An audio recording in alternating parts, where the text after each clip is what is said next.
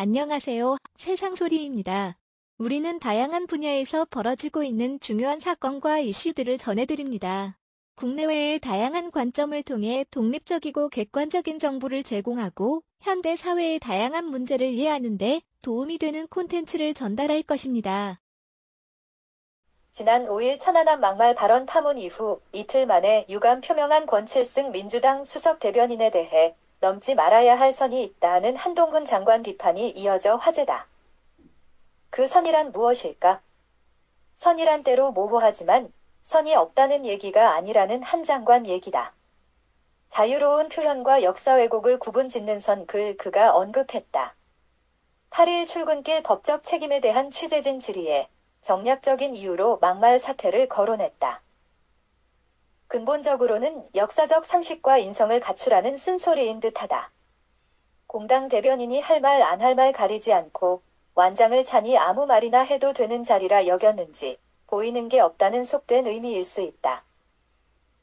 정략적 이유가 아니라면 권 대변인이 군복무 중 전사한 장병들을 상대로 무슨 낯짝 부하를 다 죽이고 어이가 없다는 막말을 쏟아내도 괜찮다는 사고를 가질 수 있겠느냐는 한 장관 시각이다.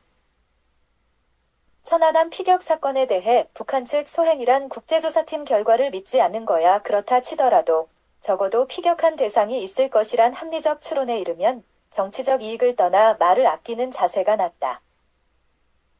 북한의 불법적인 침공, 내부 공격이라는 것이 역사적 평가제다. 언젠가는 북한에 대해 분명한 법적 책임까지 물어야 할 문제라는 한 장관 인식과 권 대변인 인식에 너무 큰 갭이 있다.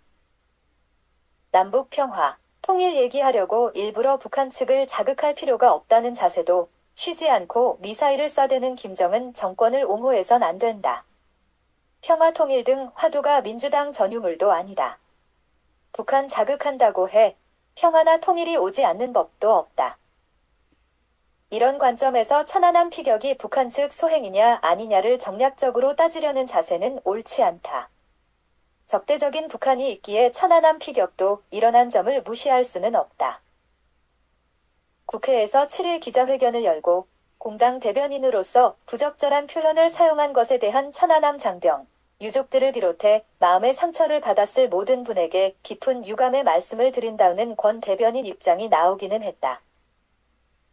문재인 정부 하에서 중소벤처기업부 장관을 지냈다는 그가 장관 청문회 때 북한 소행이란 입장을 밝힌 바 있었다고 운을 떼긴 했지만 의식 깊은 곳에 자리 잡고 있는 북한을 바라보는 시각이 우려된다. 언젠가 통일은 해야 한다는 사고, 평화로운 관계가 중요하다는 인식, 북한을 의식해 천안함 피격이 모호하다는 얘기까지 정략적으로 얘기해도 18 민주화운동 왜곡에 대해 형사처벌 실정법을 통과시킨 민주당 시각에 크게 벗어나지 않는다는 한 장관 지적이 이어졌다.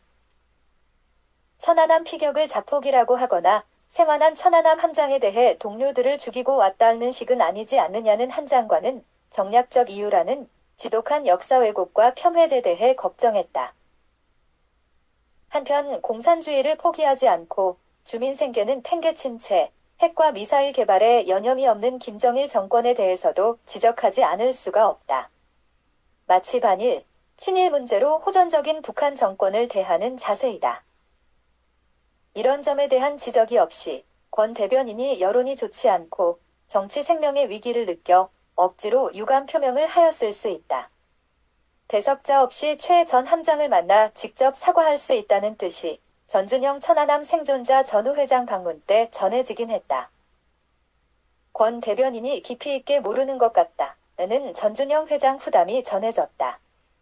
남북관계, 평화통일, 동맹우방, 공산사회주의 등 개념에 대해 혹은 그에 대한 체감이 피상적일 수 있다는 뜻이라 걱정이다.